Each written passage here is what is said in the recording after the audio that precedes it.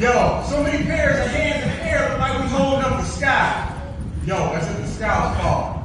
But no, it's not the sky's falling. We as a culture is falling, dropping like flies, no metaphor intended. Police in the street shooting down intentionally, no mystery. Because you see the light in your skin, the dark in your skin, the more likely you too can become a target.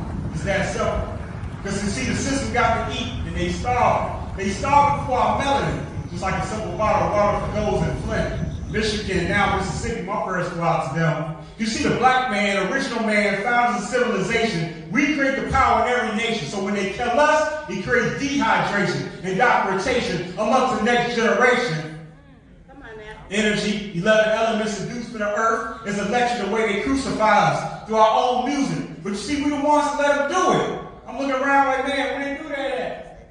Where they do that at? Only in America. Only in America, my Don King voice.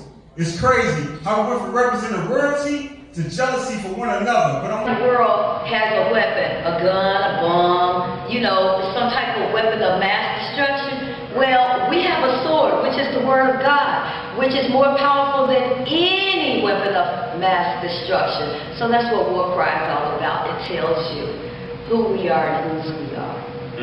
I love it. Yeah. Man, you better support Tony. You know why? Because I said it. The Chicago Bridge Magazine. Because he said it. Because he said it.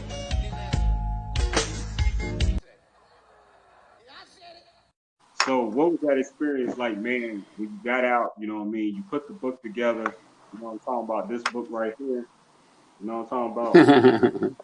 Yes, sir.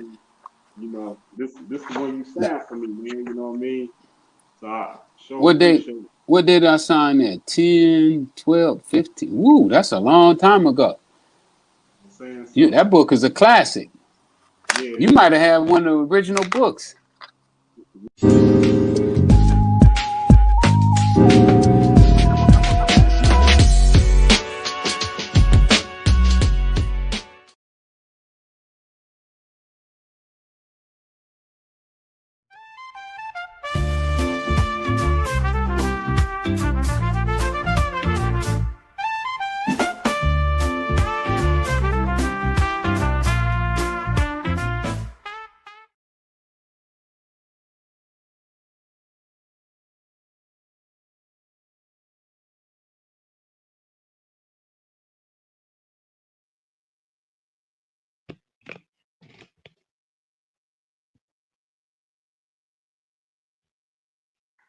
Peace and blessings. Hey, I definitely want to welcome you back for another great celebrity interview. You already know my name, celebrity interviewer. I said it, and I am residing out of Chicago, Illinois, Chicago land, Midwest.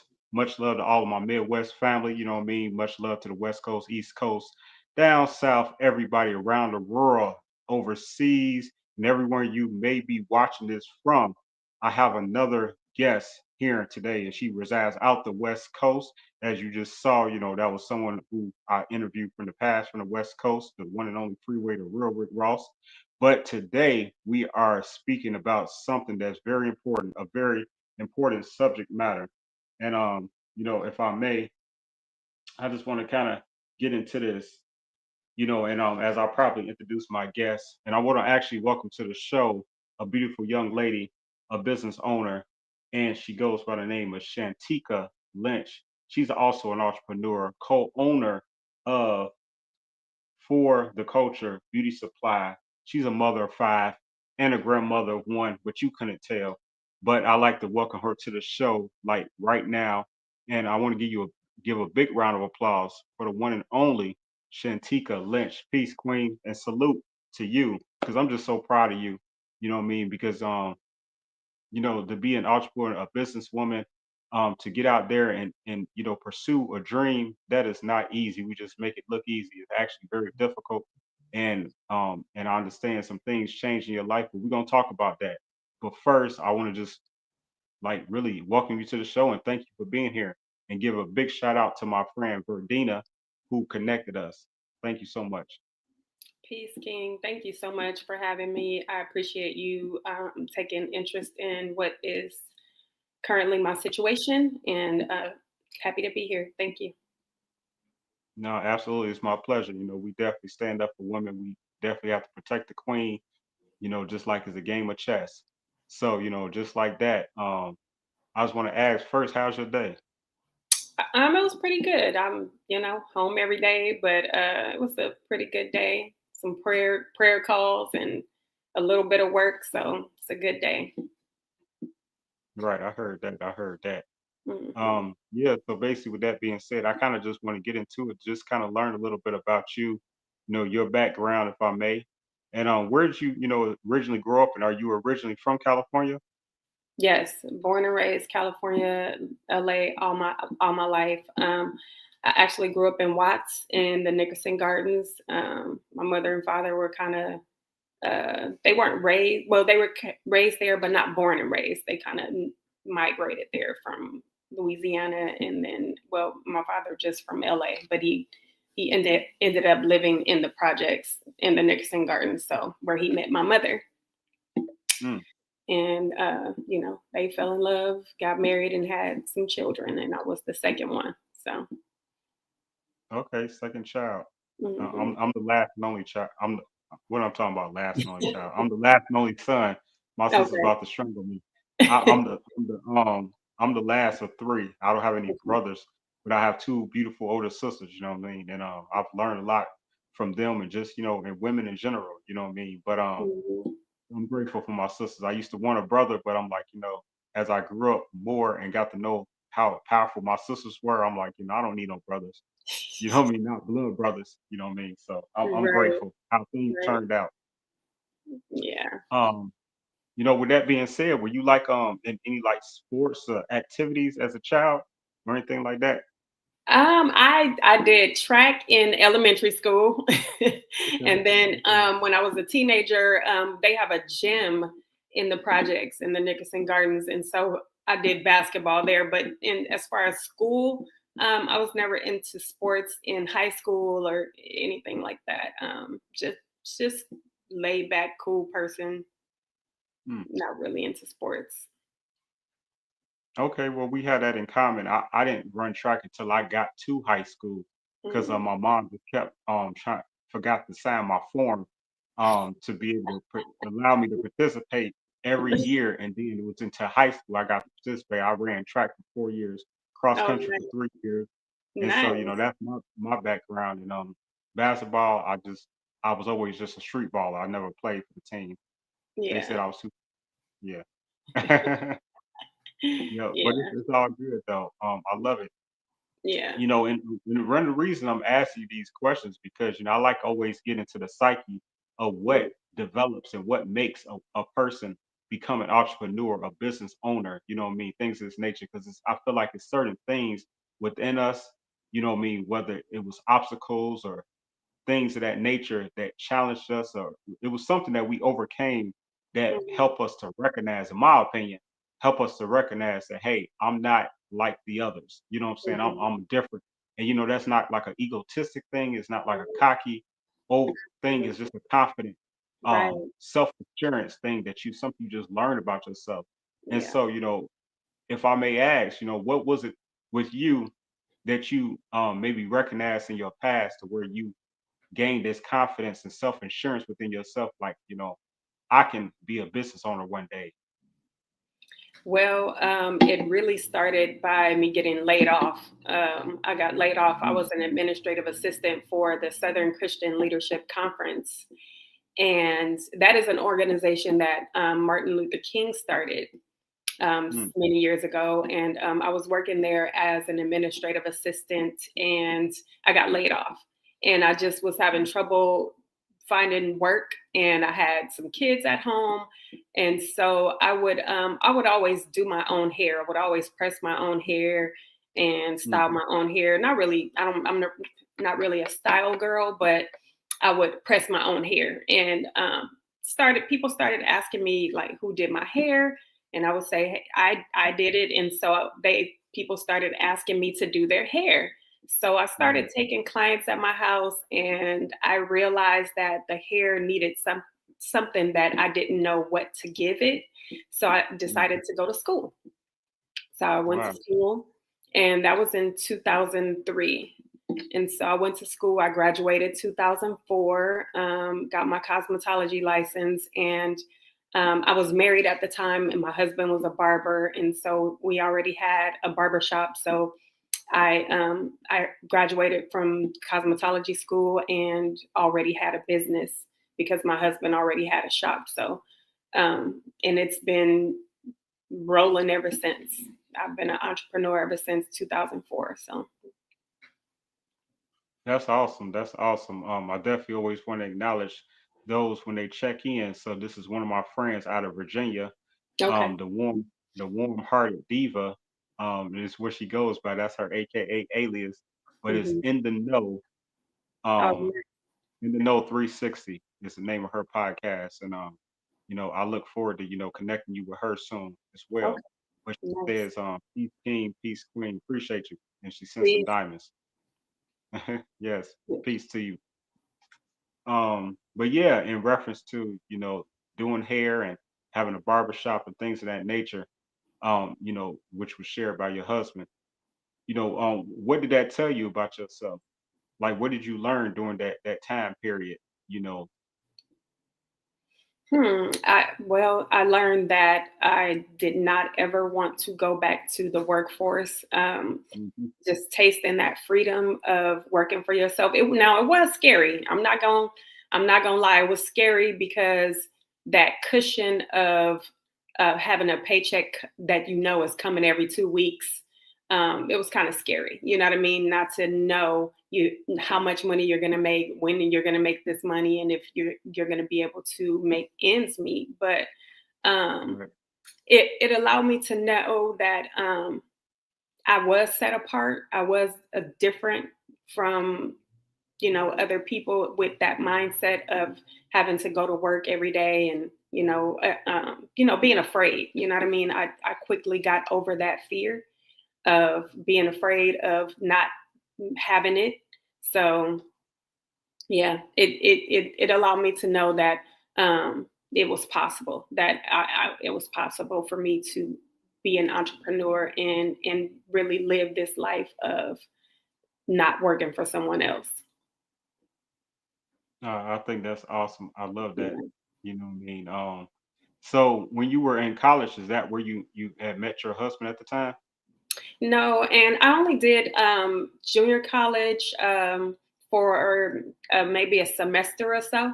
So I didn't graduate from college. I Mhm. did high school, and then I worked, and then I went into cosmetology school. So I actually met my husband at a lounge in Yeah. 1999, and we Okay. got married in 2001, and we had 4 sons together. I had a daughter at the time.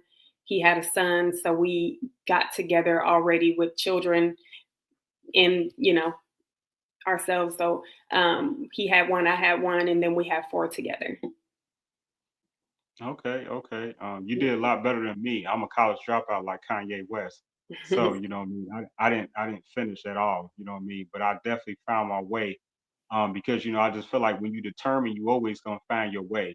Yeah. If you have a dream and you have a vision of what you want to be, whenever that comes about, because some of us mature and develop into who we really are, because it's the who you think you are, and then it's who you really are.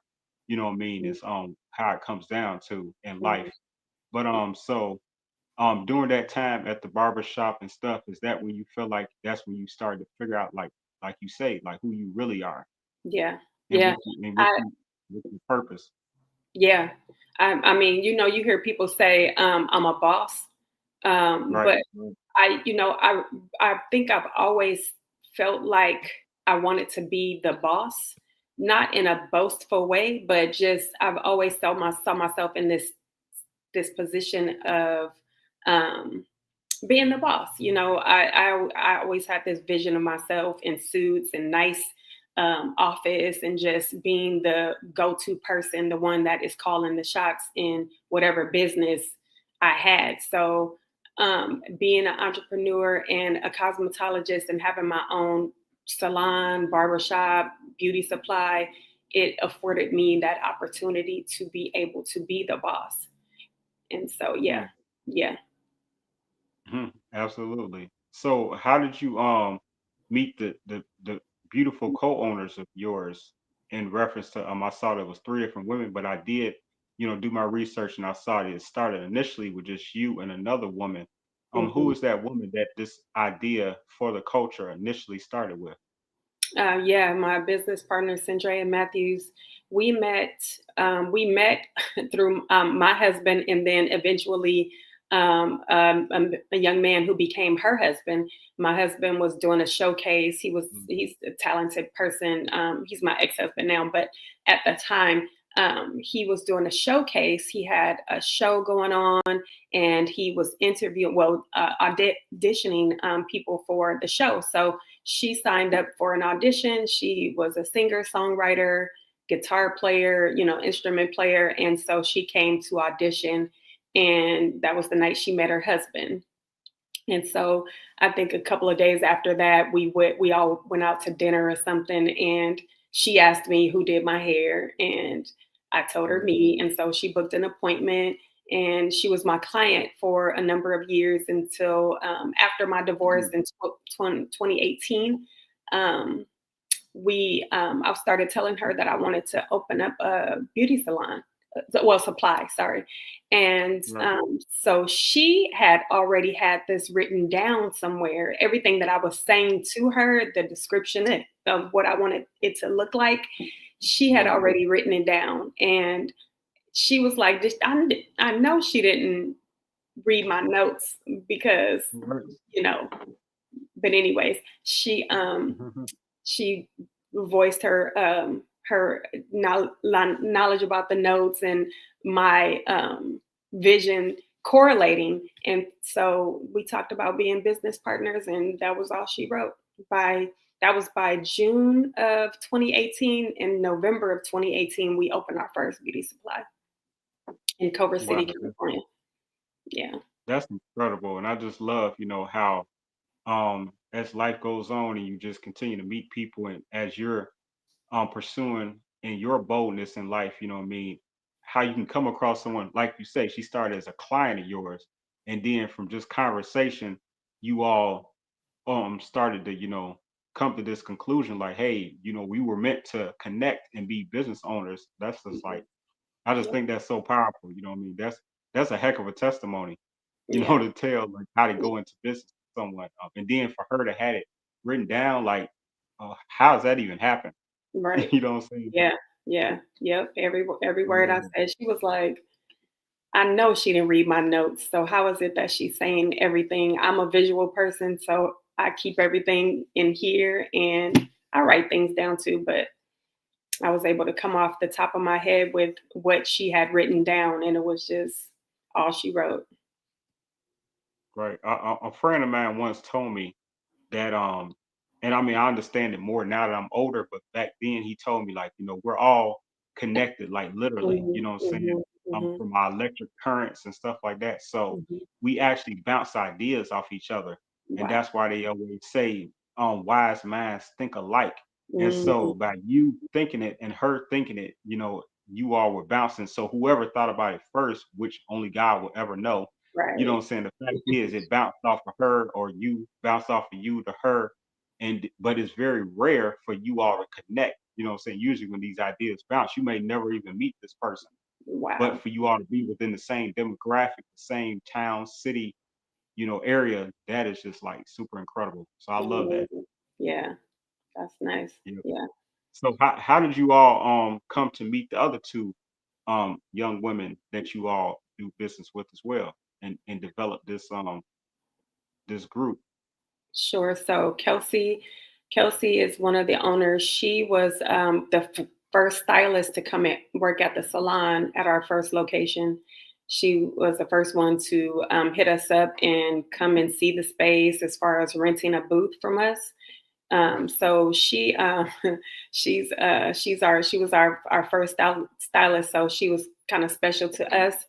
And she always wanted to be in the mix of the business. She always wanted to be in our meetings, and she felt like she should be a part of it. But we didn't make that happen until the actual second location. We brought her in and let her buy into the business, and she became a partner that way.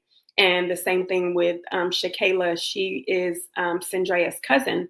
And we just offered them, we took a portion of our ownership and put it on the table for them to purchase and buy into the business. So they saw the vision. They loved our idea. They have worked with us. Shakayla she was the nail tech working at our salon. So she was there, living in the vision every day of what we had put together. So it was an easy call for them to come on as owners as well.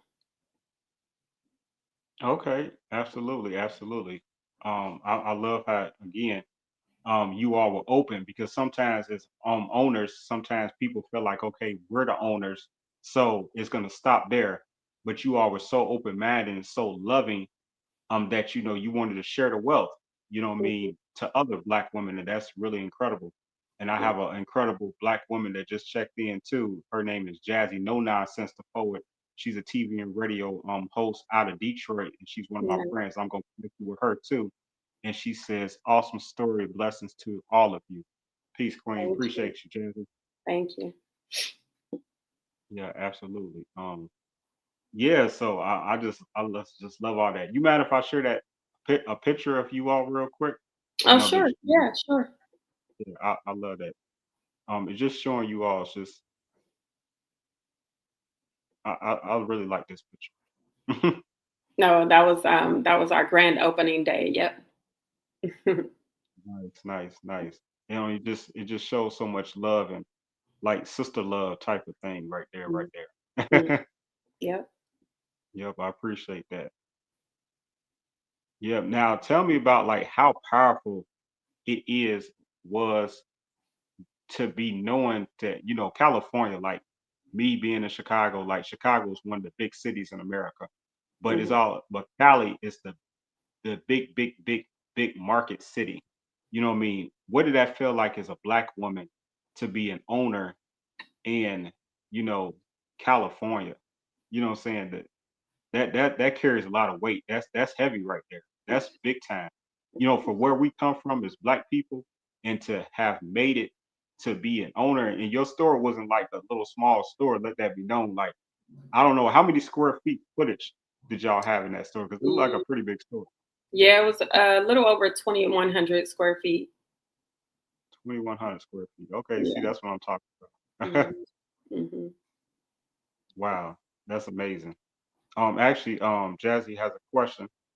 Oh yeah. She said, I do have a question. Me and my girlfriends have been going around talking to each other, saying, how can women stay connected when we have a disagreement? Because a lot of times, women, once we have a disagreement, we cannot work through it. We just disarrange altogether, disengage. I'm sorry, disengage altogether.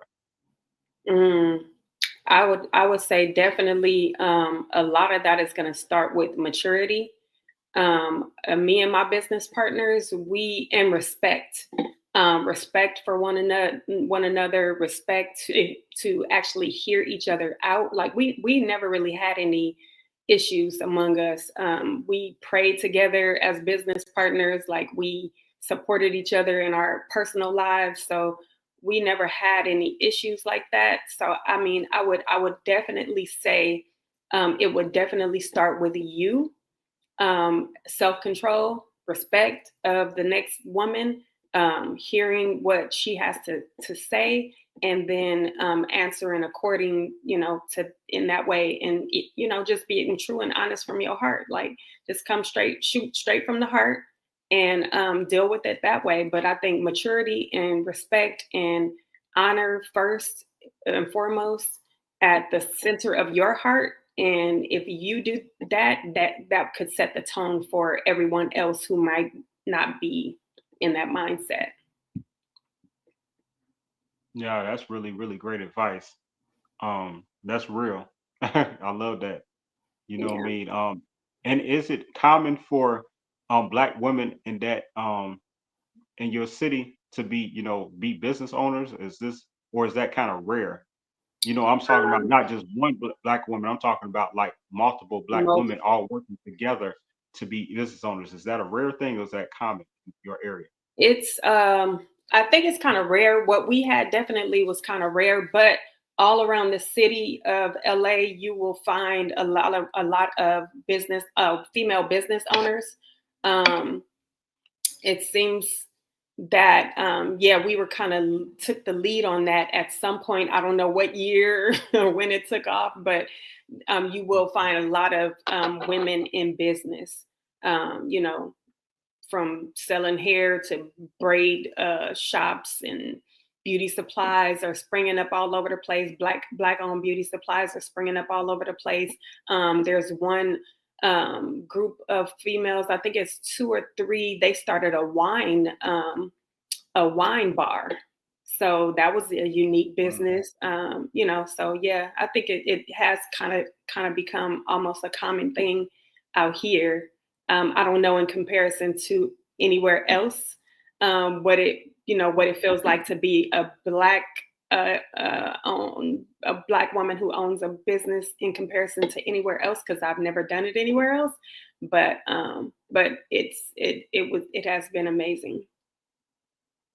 Well, definitely, I want to say I'm definitely very, very proud of you because, like I say, just in general, like it's hard to pursue your dreams, and then once you pursue your dreams, you got to find your footing, you got to find your way, and Yes. you have these different obstacles, and always going to be something that kind of can deter you, and what you allow to take you off of your path, Hmm. and you stuck with it, and you all stuck with it so long to where you developed not one but two, saying, locations, and that's like really, really powerful. So again, big salute to that. You know what I mean? That's awesome.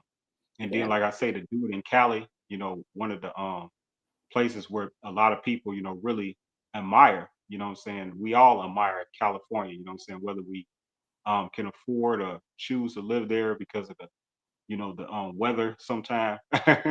Oh You know yeah. what I mean? Um, yeah, but that's awesome. Real quick before we get into the subject matter of the day, I want to ask another question. Okay. This is out of In the Know 360. She says, "What do you and your business partners do for team building and development?" We have weekly meetings, and we just we keep in touch with each other throughout the week, really throughout the day sometimes, depending on what we're doing. But yeah, and we stick to our positions. So whatever it is that you say you do, whatever your title is, we stick to that. We do what we say we do. And Very we good. also we sometimes we take classes together, um, or watch things on TV together, and watch a class, or watch some type of educational thing as far as furthering our business together or whatever. We've done that in the past. Um, but I will say that I have to let everybody know that we are not in business at this time. We had to close the business recently in July this year.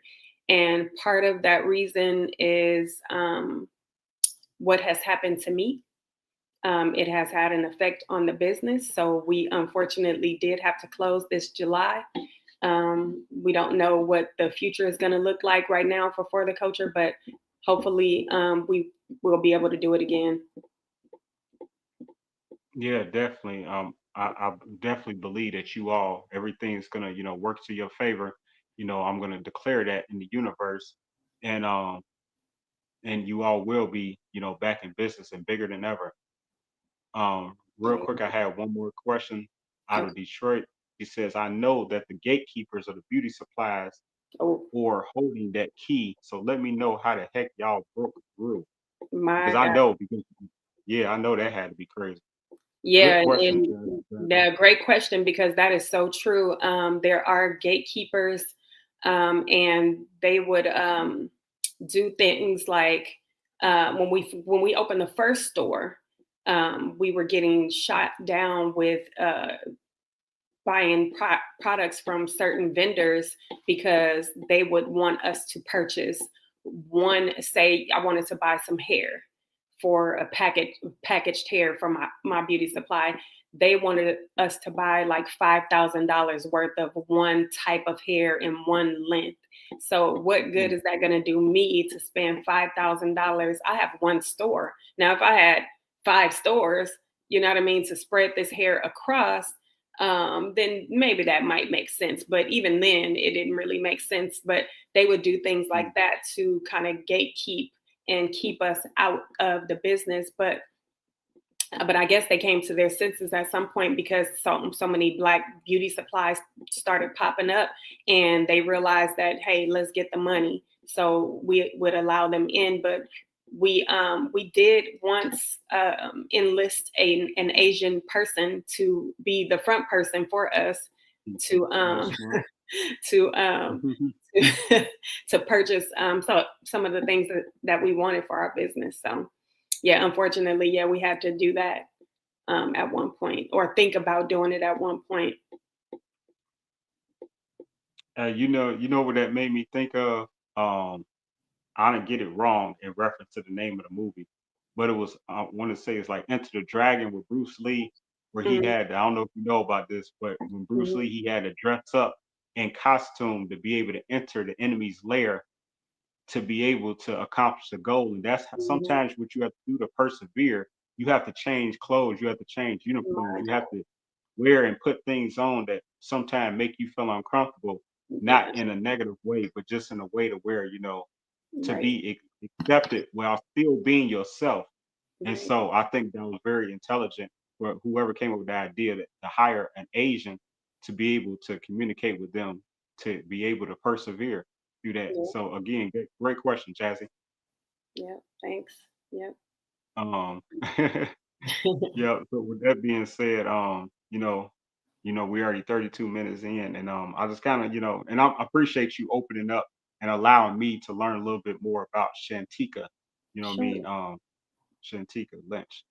So with that being said, if you don't mind, before I play this video, can you just kind of give a preview of basically what we're about to talk about, and to that nature, and basically how did this come about to where this video occurred, if I may ask. Sure. So last year, October, there was an incident that took place at my place of business, and it seemingly resulted in the loss of life of a young man. And that man happened to be someone who stalked me for a year and a half or so, give or take. He stalked me for a number of months after I dated him for approximately 3 months, and another 3 months I tried to be friends with him, not knowing who he was, really and truly. But the video that you're gonna see is the day of the incident. And I think some footage of a court date with myself and my lawyer, and some more information pertaining to this entire case. I think you'll see that in this video. Okay, I appreciate that. Just kind of giving people a heads up for what they're about to see. And again, this is just a warning. Some things can be graphic, a little graphic. Yeah. This is just a warning, and this is again footage that someone else had taken during that time of the day of the incident. Yes. So I'm gonna take both of us off the screen right now, so I can just play the video. Okay. Appreciate you. He just came back here. A known drug addict. He has a bunch of drug paraphernalia in his pockets. Okay, no signs of trauma or anything? We didn't check his back of his head. He was just laid out here. And where did the people go that? They're all, so that's the security. Like I said, she's asking, did he just walk around here and fall down and hit his head? Is that what happened? And I was like, maybe so, because if there was drugs on him, and maybe, drugs, or whatever. And she was like, "Oh, okay," because I seen a girl over there arguing with the guy, and I was like, over there, like behind the CVS? right where he, yeah, she seen the body. She was like right there in that area. There was a guy and a girl standing there arguing. She was in his face. She hit him in the face. Maybe that's when she hit him with the comb or whatever. But she said she seen him in his face, hit her. He wasn't hitting him, and. If his story was true, CBS cameras would have showed him running from her past the door. But it only catches him. Someone else that he knows lives behind CBS. Greetings, salutations, good morning to you from planet Earth by way of Los Angeles, California. I'm standing on the courthouse steps at the airport courthouse. We just appeared in Department 31 on behalf of my client, Miss Shantika Lynch. Miss Shantika Lynch, unfortunately, is currently charged and facing a Penal Code 187 violation. For those in the know, that's a homicide. She is accused of murder. What the facts will show is that the individual that is the alleged victim in these proceedings is an individual that not only stalked my client, but multiple individuals. He also has an extensive criminal past, which will show that he's not only perpetrated crimes against the community, in particular women, as his victim of selection of choice. These are things that are documented in newspaper articles. These are things that have been documented from his arrest records as well. One of the things that we most egregiously take issue with is the fact that Ms. Lynch tried on not one occasion, but two occasions to get a restraining order against this individual, but for technicality purposes, they were denied. An additional point of reference is that when she opened up her business, she met with security and personnel charged with protecting the premises of her location and explained to them everything about the alleged victim. And if you see him, he is considered dangerous. He is a threat. He has been stalking me. Some other things that this individual did was basically send compromising photographs and threatening text messages to family members and friends of Miss Lynch in means to intimidate her. It's really unfortunate that we find ourselves here. We think once the truth will come out, it will show that Ms. Lynch's actions were justified, that she acted reasonable based upon the totality of circumstance. And last but certainly not least, there was another restraining order that the alleged victim had that was taken out by another woman in which the alleged victim was in violation of. Had Los Angeles police done their job and actually policed the community and taken him in for this violation of this restraining order, he wouldn't have been out to perpetrate any crimes against Miss Lynch. And he'd still be alive, most likely. So with that being said, it's unfortunate. We know this individual had a history of drug abuse. We know he's got a history of violence.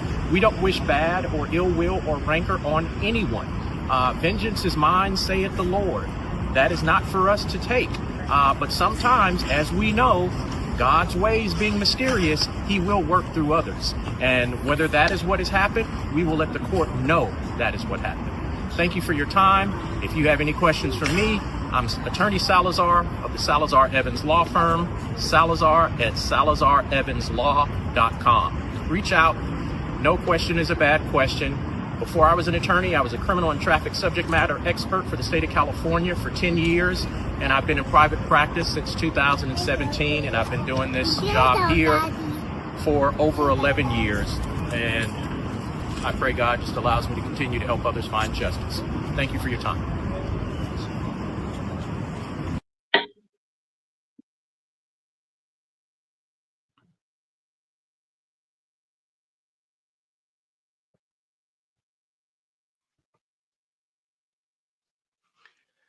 Yeah, that was very sad and disturbing to, just to learn of, what you had to go through that day, and what a lot of people, you know the justice system will never understand. And what they don't do well is sympathizing for what when a loss of life is happening, or someone's life is taken, what that person who had to defend themselves, what they have to go through in their mind for having to do something to protect their life. Like, that's what's always, it's like they're just so aggressive in that sense. And definitely based on the evidence shown, what I mean, this is definitely false to be charged a murder. Like, this should be considered self-defense.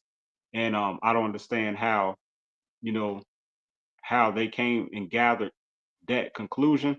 Well, I'm not going to call it a conclusion at that time. It's always innocent till proven guilty. So I don't know how they came to that charge, I should say, Mhm. but it's definitely will not be the conclusion I'm going to declare in the universe. But yeah, my first question pertaining to all of that is, when did you file your first order of protection, against um the gentleman, um Jeremy? I first filed in June of 2023. I met him in August of 22. And by November of 22, I told him that this was done. That, we both understood that we were not in a relationship. It was summer fun. And when summer ended, he started to show who he was. And I didn't like it because he became somebody different than the person that I met. And I didn't really understand what was happening. Um, Told me initially that he had a drinking problem previously that landed him in jail for 14 years.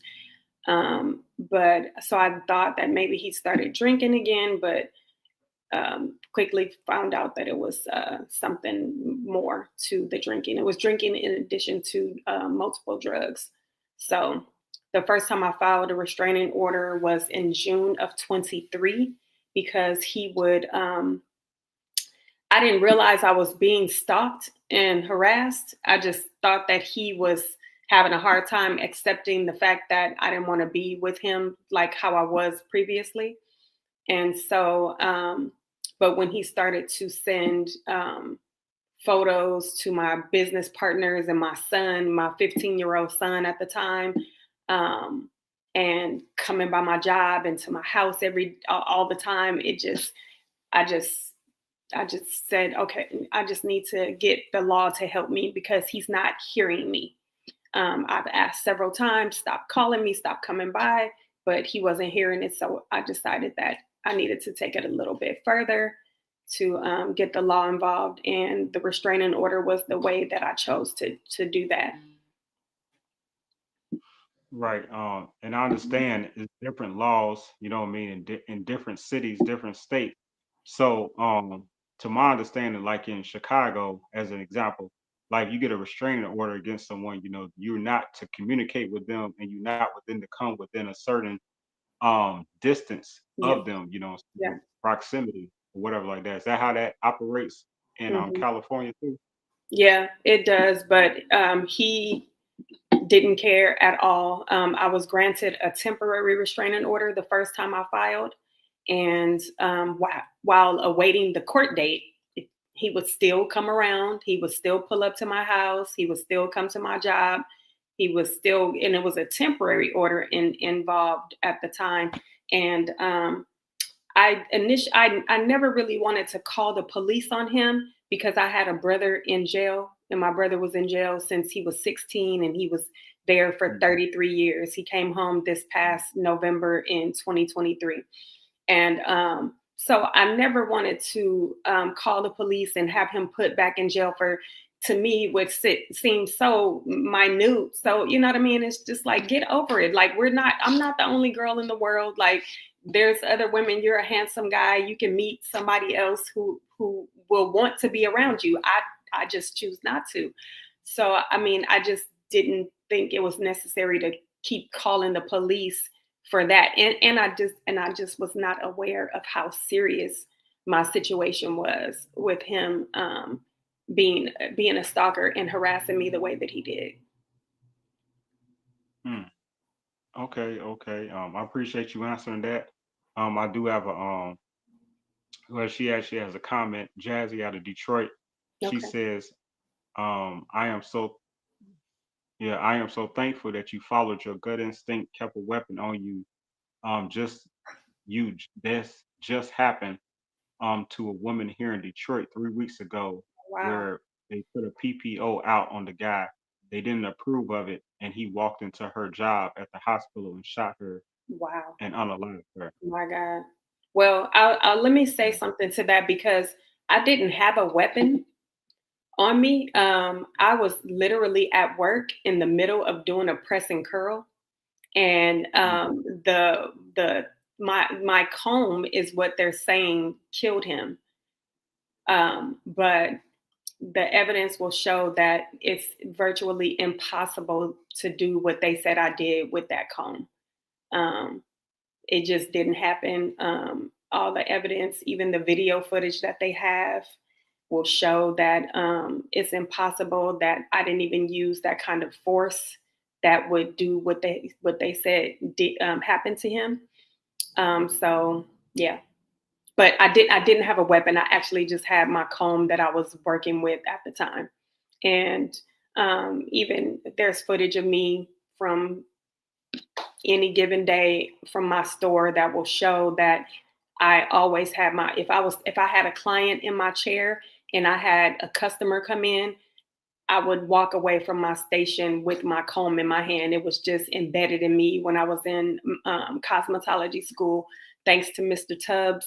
He's probably not with us anymore, but he was an old school hairstylist, and he made me learn how to hold my pressing comb and my comb at the same time. And any hairstylists out there, you know that we don't have time to put down our comb and pick it up every time, you know, we want to part the hair. You learn how to hold your tools in your hand with one hand, and you use your tools like that. You might switch from hand to hand, but if you press hair with a pressing comb and you use the stove, not the electric one, even I don't know nothing about the electric one, but if you use that stove and you use that pressing comb, you know that you have two combs in your hand at one time all the time. And you know, you put one down and you keep one in your hand.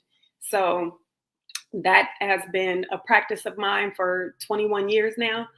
And at the time it was 20 years. So it was not a weapon, it was a comb.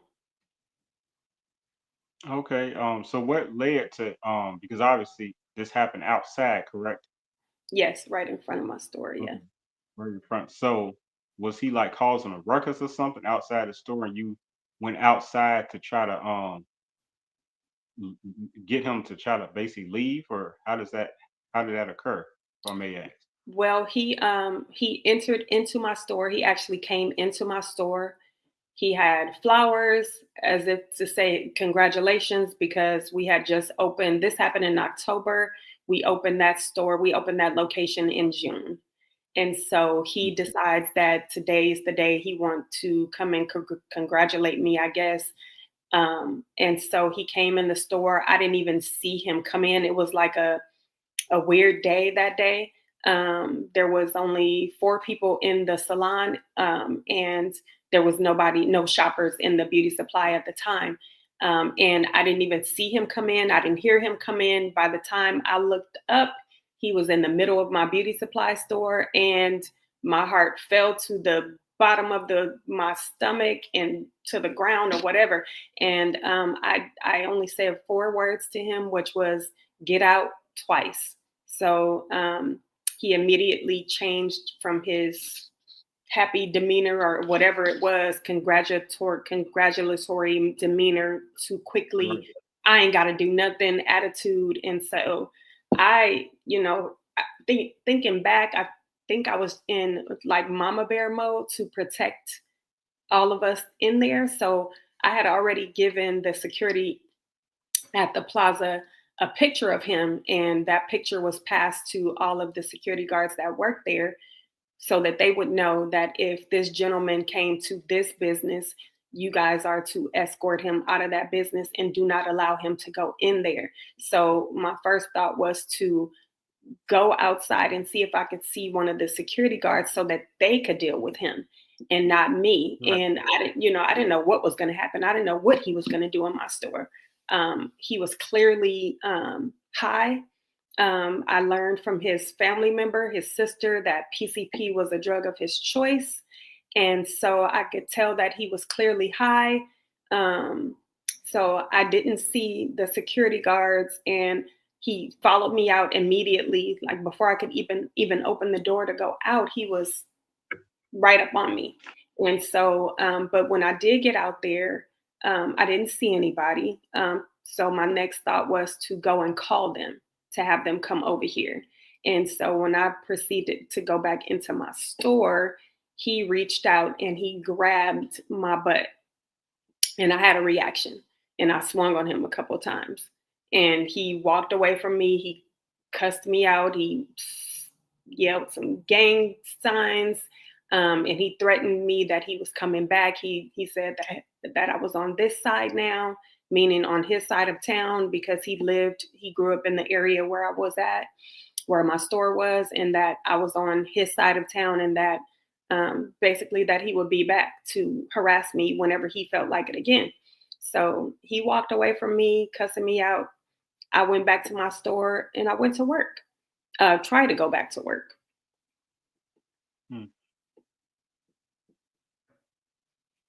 Okay, so you went back to work and he left.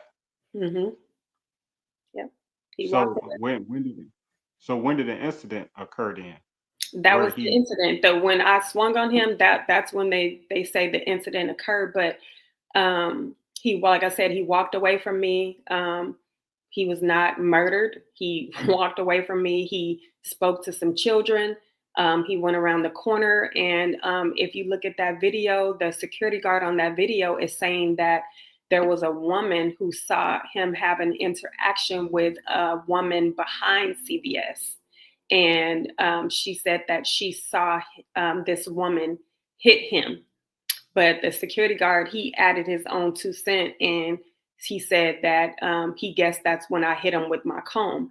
But what he didn't know was that the incident between me and the guy took place in front of my store, not behind CVS. So there's an indication that there was another altercation with someone else. And the gentleman who did that video, he did his own research, and he found out that that gentleman's girlfriend lives right behind CVS in this apartment building right there.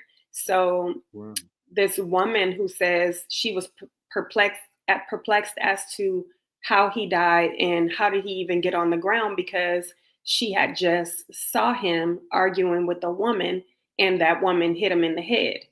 So we don't know how he got on the ground, but he did. He ended up on the ground, and he had a contusion on his head, so he fell pretty hard. He was not running, because we see footage of him walking past CVS, and he walks by CVS perfectly fine, and that's after leaving me. But I guess I could say this. So the coroner did find my comb, part of my comb, the rat tail comb, in his chest. And so, but the evidence shows that they pulled out a curved metal rod. So everybody knows that the rat tail comb is straight. So it's a question of how did the comb get curved? And I have my theories. I believe that it was not detrimental to him. Whatever happened between him and I, it wasn't detrimental to him. He didn't even make any acknowledgments to, the comb even making an impact on him. I didn't even think I hit him because my hand never touched him. And he was laughing and running away from me. So it was like a game to him. But, I've tried to get you to leave me alone for many months, and I've gone to great lengths to do that. Eventually I did file police reports and call the police, and he was arrested on one occasion. I had 8 different men that I know, 9 different men that I asked to call him, and only 5 of them were able to reach him. And he was high most of the time that they, when they did talk to him, and he was not understanding or choosing not to understand what they were saying as far as leave her alone, just leave her alone. She does not want to talk to you. She does not need your apology. You apologized a million times. Just leave her alone is all she wants. So all of that, he just ignored all of that. He didn't care what I wanted. He only wanted what he wanted. And, you know, people that know him, they've all said the same thing about him, that, you know, he had a privileged life growing up. He was a spoiled child. He always got what he wanted. So he took that into his adult life, and he thought that, you know, that was a way to live, that, you know, whatever he felt like he wanted to do, he could do, you know, because if you hear the video, his wife, his ex-wife also had a restraining order against him. She filed a restraining order because he was stalking and harassing her during their divorcing period. While she was filing divorce or trying to file for a divorce, he was stalking and harassing her. But come to find out, she and I were not the only ones. His own girlfriend sent me a text message in October of 23 telling me that she was reaching out to all of the women that he was stalking and harassing, because he was now stalking and harassing her, and he had threatened her life. So there were multiple women that he was stalking and harassing, not just myself. And I won't say that it was refreshing to know that I wasn't not the only one, but when I found out that I was not the only one, it was sort of a relief, because I was just thinking that this guy was fixated only on me. But come to find out, no, this is something he'd do. And I'll just say this, and then you can take it from there. But just to give you some more background to him, in 2006, he was arrested for gross vehicular manslaughter. And he told me about that.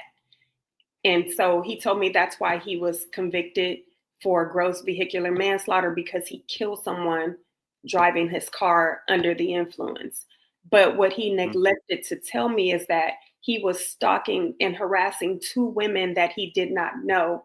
And one of those women he tried to kidnap. He followed them to their car, harassing them while he was in his car. They're walking on the street. He's driving on the street, stalking them and harassing them, 2 women that he did not know. And then he followed them to their car and got out, blocked them into the parking space where their car was, and got out of his car and tried to put one of the women in his car. And so the other woman is called the police. And so he takes off and leave. The police come, they take a report. And while they're taking the report, this man drives back by and they point him out. That's him right there. So of course the police take pursuit of him. And while they're pursuing him in the car, this is when he slams into another driver and kills that driver. So that's just a little background to show the history of his entitlement, or, you know, his psyche, and him feeling like he's entitled to do whatever it is that he wants. And, you know, unfortunately, I did not vet him. And unfortunately, I'll say this, I didn't even care to vet him because I knew that he was not going to be somebody in my future. So, but that's not how I should have handled that, but that's how it went. Right. And so that's why he had gotten locked up in the first place for 14 some years, something like that, from that incident. Yep. But even his wife didn't know. He didn't even tell his wife about the attempted kidnapping. She only knew about the alcohol. And that was another thing. He only ever admitted to being an alcoholic. I didn't know that he had a prior drug use, and a very bad drug use, before I met him, and before he went to prison. And then after getting out of prison, he returned to using all the same drugs that he was using before, and his same nature as a stalker and somebody harassing women. He returned to doing that. He was doing it before he went to prison, and he returned to doing all those same things after he got out in 2020. Yeah, That's sad, and thank you again for explaining, that, how, basically he was stable and despite he was under a mind altering drug hallucinogen, being PCP possibly, what I mean, and possibly, under the um under alcohol, but still he was stable enough to walk away, or Mhm. you know he was moving, he was mobile when Mhm. you went back into your store at the time, and then something else happened to where he lost his life, with only God knows what happened, Yeah. what I mean, between him and this other woman, but yeah, he was definitely obviously had some serious issues and stuff like that, that he never got over, what I mean, and drugs doesn't help to, grow and overcome, to, drugs and alcohol just doesn't help at Yeah. all. It Yeah. just makes things worse. Yeah.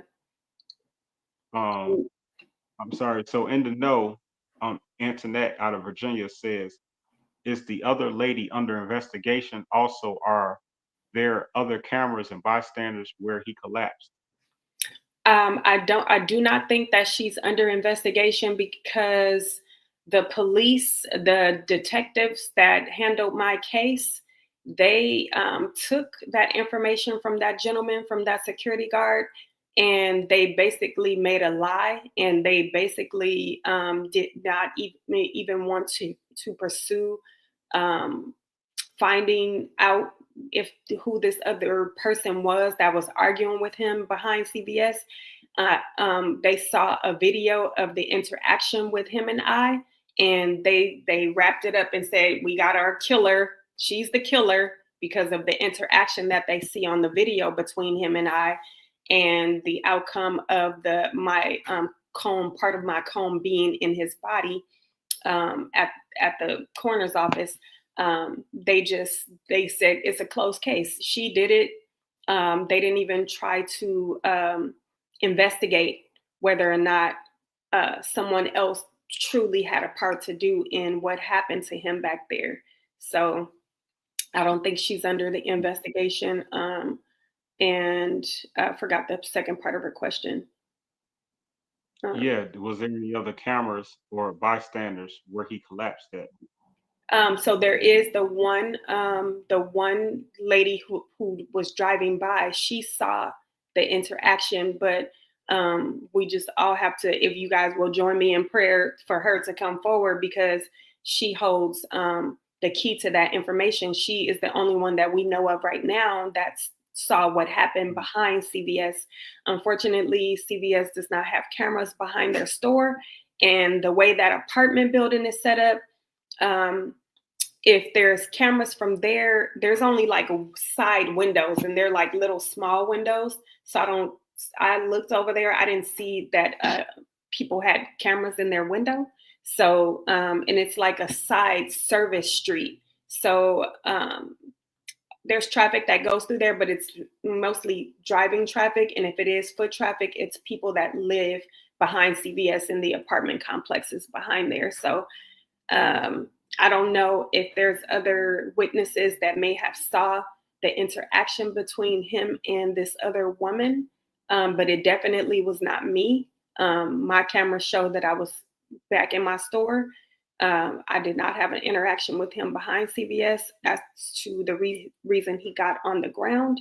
So we won't know that unless this other woman comes forward and say what she saw, but she didn't see how he got on the ground, which is why she was questioning the security guard, asking him, how did he get on the ground? Because she saw the interaction between him and this woman who was arguing face to face. And I guess the gentleman who did the video, he just put two and two together. He found out that the girlfriend lives right there, and it's plausible that he was arguing with her, that would make sense, but we don't know who that person is. And yeah, so no, there's no other footage. The last footage we saw of him is passing by CVS, and he walked by perfectly fine. Even the children who saw him, they testified to him walking by, him looking and acting perfectly normal when they talked to him before he hit the corner and went to the back of CVS. Yeah, no, absolutely. Thank you, again for sharing that. And I know it's really difficult every time you have to go back to this day, this terrible day, you know what I mean? So, after the incident of him, being on the ground, is that when the police, came and, arrested you, or what point were you arrested then? No, they I didn't get arrested for 3 weeks. No. Yeah, about almost a month later. Wow. They arrested me a month later. They took the footage, I guess, they got what is called a Ramey warrant to arrest me. And I'm not a criminal, so I didn't know what that was, but I found out that the detectives called me a fugitive. They said I was a fugitive and that they Mhm. needed to send the cavalry to come and pick me up because I was a fugitive. But I think that they were just upset at the fact that I had obtained a lawyer because I had initially scheduled a meeting to meet with them and talk to them again. They called me. They said they wanted me to come down. I'm not a criminal. I don't think like a criminal. So I made an appointment to go and speak to them again. I didn't think that I had anything to do with what happened to him. Everyone was under the impression that he died from a drug overdose. They found 6 vials of PCP in his pocket. And I think on the beginning of that video, you can hear the firefighters say that he was a known drug addict in the area. So everybody was under the impression that he died from a drug overdose because of the vomit that was on the ground. Like he had a reaction to bad drugs or whatever. So they so I was willing to speak to the detectives, without a lawyer, because I just thought they're trying to wrap up this case. They just want to talk to me and make sure they got everything that they need. That was my thinking. But Right. I have a lot of clients that are lawyers, and when I was telling them that I was going to meet with them, they advised me not to go and talk to them without a lawyer. And so that's what I did. I told them that, I'll talk to you, but I'm going to hire a lawyer to help me talk to you. And I guess they didn't like that. My lawyer was in contact with them. 2 days before they arrested me, my lawyer called them and asked them, what was going on. And they didn't have any information as to how he actually died at the time. Hmm. But initially, when I hired my lawyer, he contacted the detectives and they told him that they found a metal rod in his chest, and that's why they wanted to talk to me. And so he asked, did they know the cause of death? They didn't know. So he said, once you find out, then we'll come and talk to you, or not, because maybe you don't need to talk to us. Maybe because if it was drugs, then you wouldn't need to talk to me. You know what I mean? So I'm not going to put Yeah. my client through coming to talk to you when she may not have to talk to you. So 2 days after he had that conversation with them, they basically lied to me. They sent me a bogus text saying that they found a purse with my phone number in it and they wanted to return the purse to me. Yeah. I knew it wasn't mine, but I thought maybe it was a client of mine. Maybe I'm gullible, stupid, whatever. But I did feel weird about it. I prayed. I'm like, God, this feels weird. I don't know who this person is. He says he's an Uber driver and somebody left a purse by his car or dropped a purse by his car, and my phone number was in there.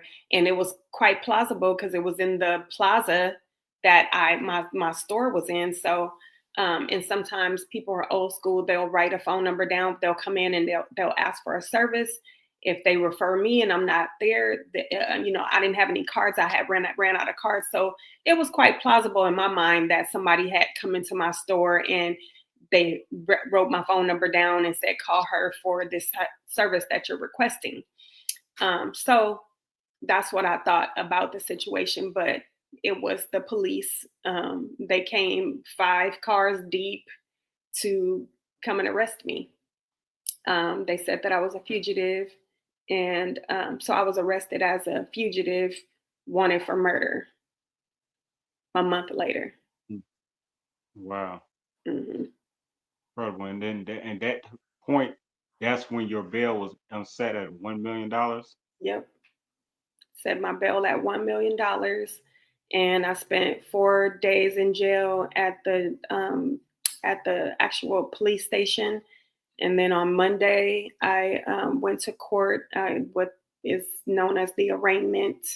And at that arraignment, the judge came out, guns blazing, and he called my name. He's like, "Where's Lynch?" And he looks at me and he's like, "Yeah, she qualifies." And I didn't know what he was talking about because I had only spoken to the lawyer that was representing me that day for 30 seconds. And he asked me what was going on. I started to tell him. He said, "Give me 1 second, I'll be back." He never came back. The deputy came and said, "Hey, they're calling you into court." And I'm like, I haven't even talked to the lawyer yet. He doesn't even know what I'm here for.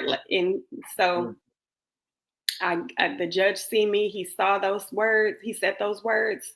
And he asked me if I wanted to waive my time to have a preliminary hearing because it was a very serious case and they needed to assign an attorney who is skilled to help me in this matter because they assumed that I could not afford my own attorney.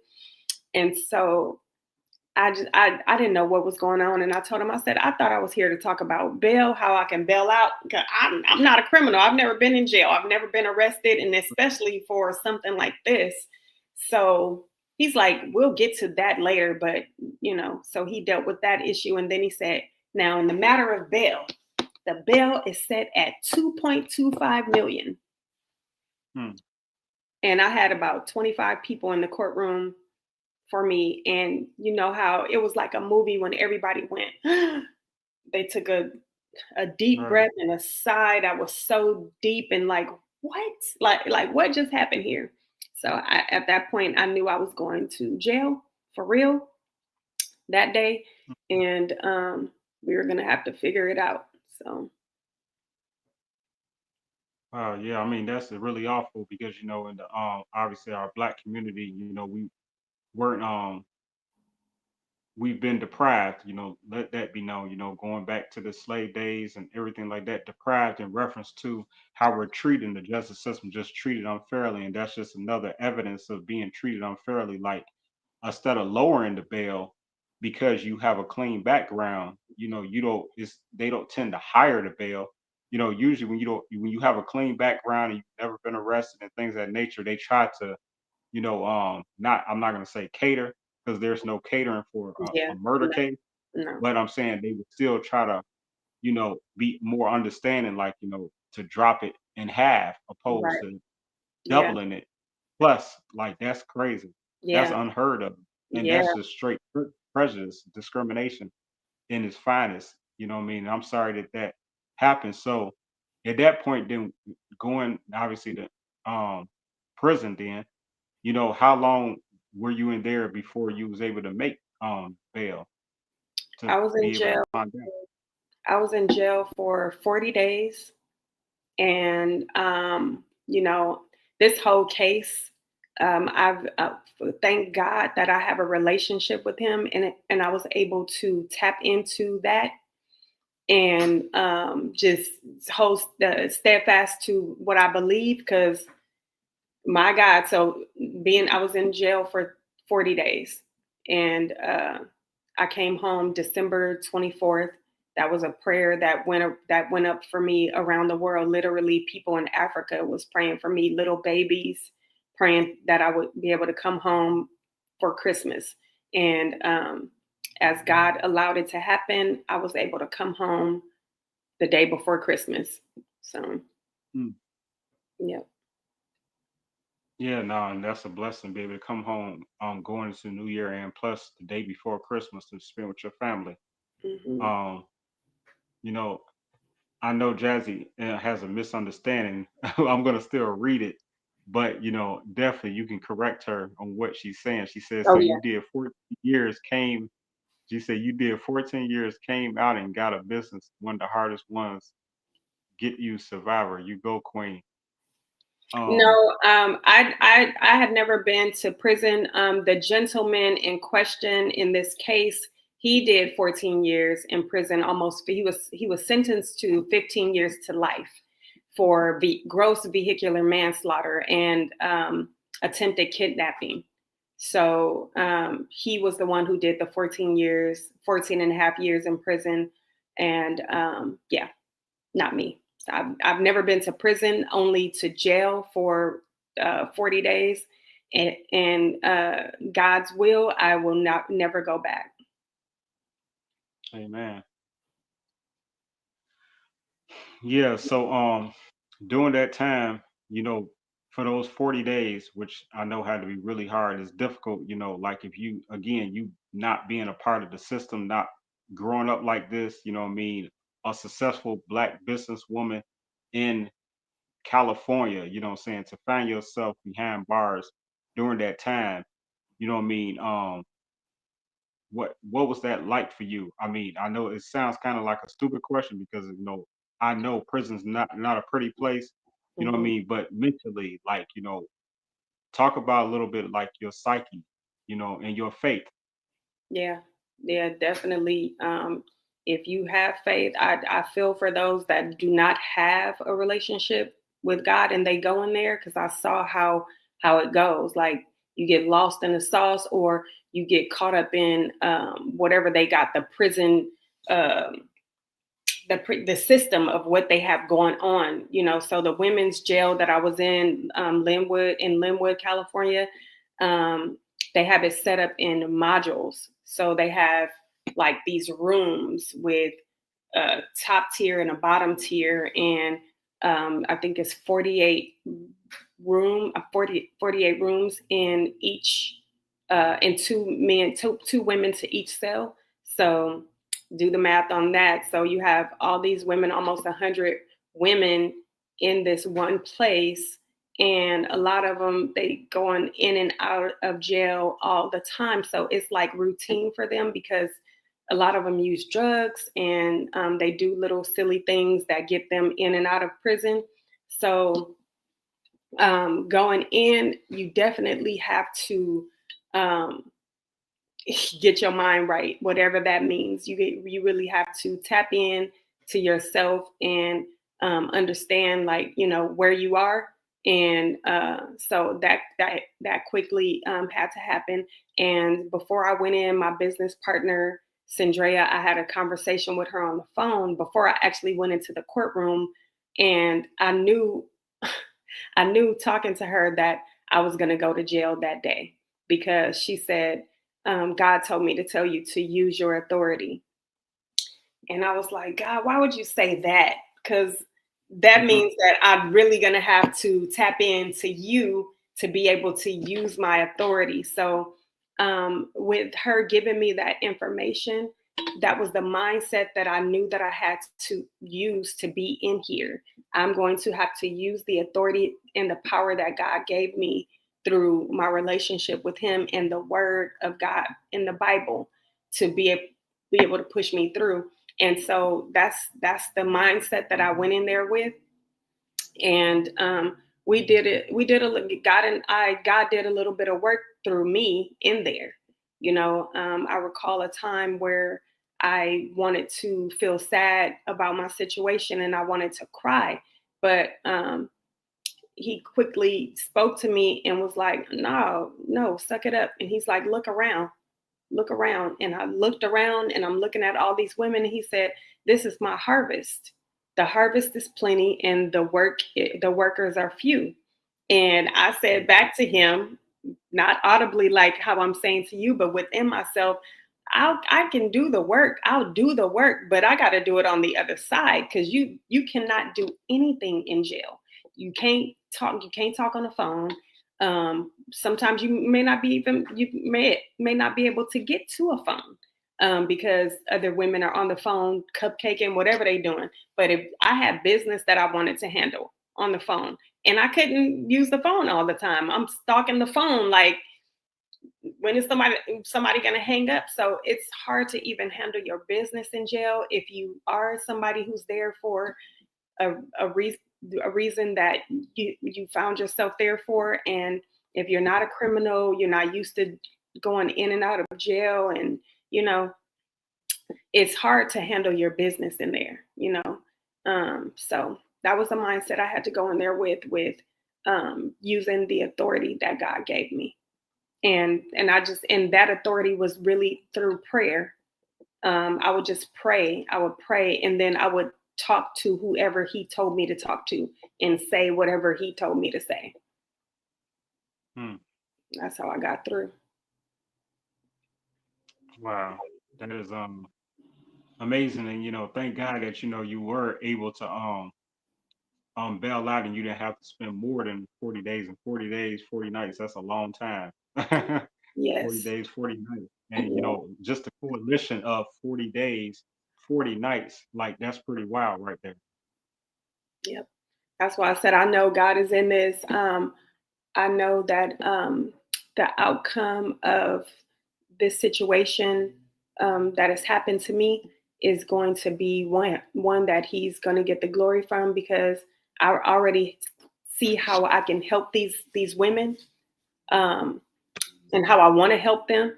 Not that I'm a savior or nothing like that, but God uses his people in the earth to get his work done. So I'm here to do the work. Like I'm just ready to put this past me so that I can get to the work on God's people.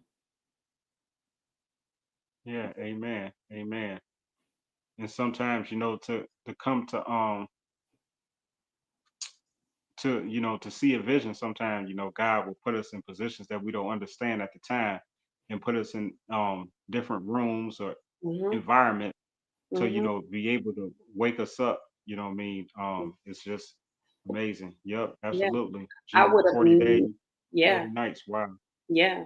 I would have never guessed that would be the room that God would want to put me in with women, and nothing to them at all. You know what I mean? Not that I'm better than, because I'm not. I'm a created being just like everyone else is. But we have traumas. When I was in there, I read this book on trauma, and at the root of trauma is a lie. We have multiple traumas that we have gone through. Like, I could tell you some stories about things that I've gone through my entire life, and it's not been a cakewalk. People see a pretty face and they think, oh, they may think I've had a swell life, but I have not. But it has not pushed me down to the ground to where I'm not going to keep moving forward. That's not going to happen. I'm going to keep moving forward, and whoever I can pull up and bring with me, if you have an ear to hear and a eyes to see, then you can come. But if you can't see and you can't hear, then I don't know what to tell you. But I'm here for the ones that do want to see and hear and want to go to the next level, because we got to keep moving forward. We can't lay down. We've never been people who lay down. We've come through all kinds of struggles and obstacles and oppression and all the things. But our life didn't start there. Don't get me to preaching, because I'll preach too. But but a life for us didn't start at slavery, is what I'm trying to say. Like, there was a life before that. You know what I mean? So, yeah. Yeah, no, absolutely. And I just want to, really thank you for just, being open, and, allowing me to, question you about, that awful day, you know what I mean? And and I'm always gonna respect the dead, may Yeah. he rest in peace, you know what I mean? And but God bless you, and may God continue to watch over you and protect you and your family. And and like I say, I declare that you will receive justice, and you'll never have to return behind bars. And that with your new profound understanding of just to be able to see what goes on the other side, you being able to already have a vision to how you can help women behind bars and help give them a voice, and to just help them, you know what I mean, and help other women. And and if it's said for again, in God's will, for you to open back up your business with the other three women, then it will be. But if God has something bigger, then to just kind of go with the flow and just know that He knows best. He knows better than I. He knows Yeah. better than you, better than us. So may God bless you and your family, and I just wish you the best, and you definitely work and keep in touch. Like I say, you already know what we talk about off of camera, but Mhm. with that being said, if there's anything that you would like to leave my audience with, in closing. Yes, I would like to say thank you to the women who had a conversation on Sunday regarding my case. I know they didn't have a lot of information, but hopefully they will see this and they can, they can understand better what happened in that situation. And thank you for everyone who is listening and who will share this story. And if they have any resources here that will help me um, here in California, as far as like I know we talked about this where not many people here know about my situation, and I guess I've kind of been quiet or private about it.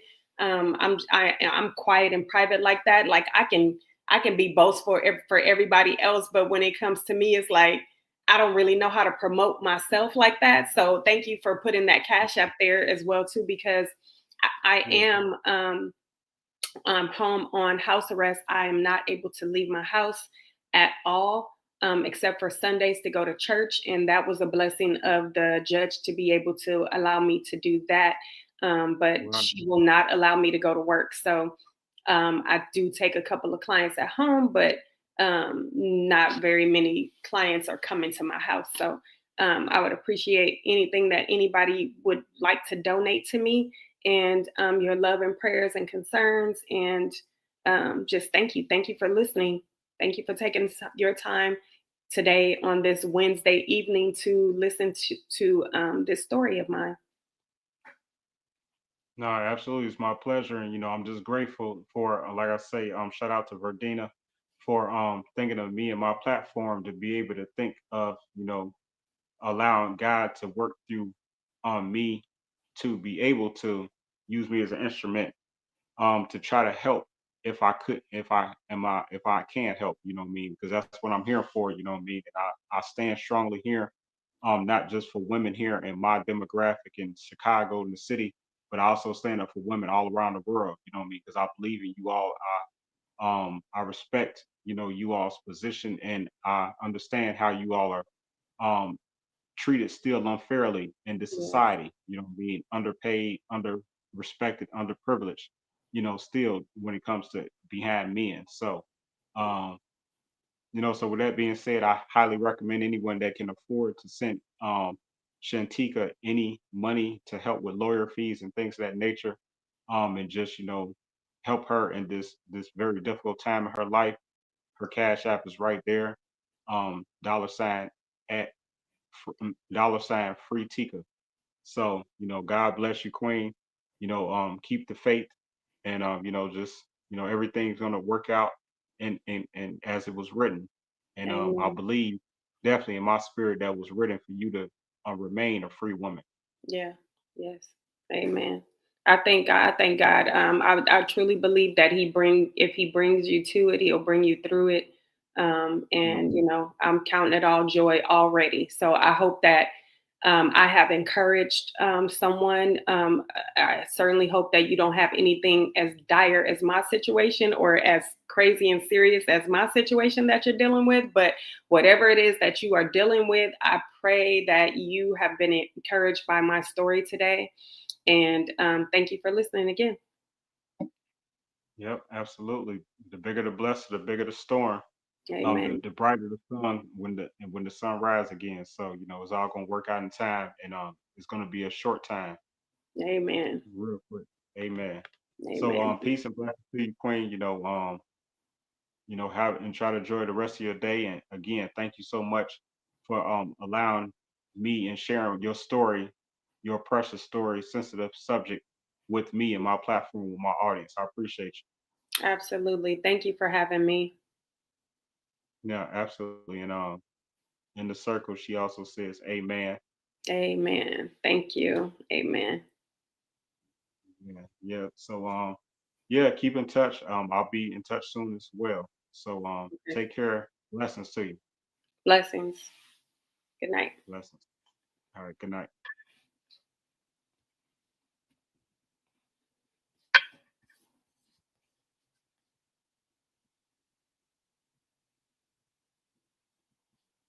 Thank you for everyone that was able to tune in today to watch this interview. Please share this interview. And again, if you can afford to, Cash App, FreeTika, make a donation.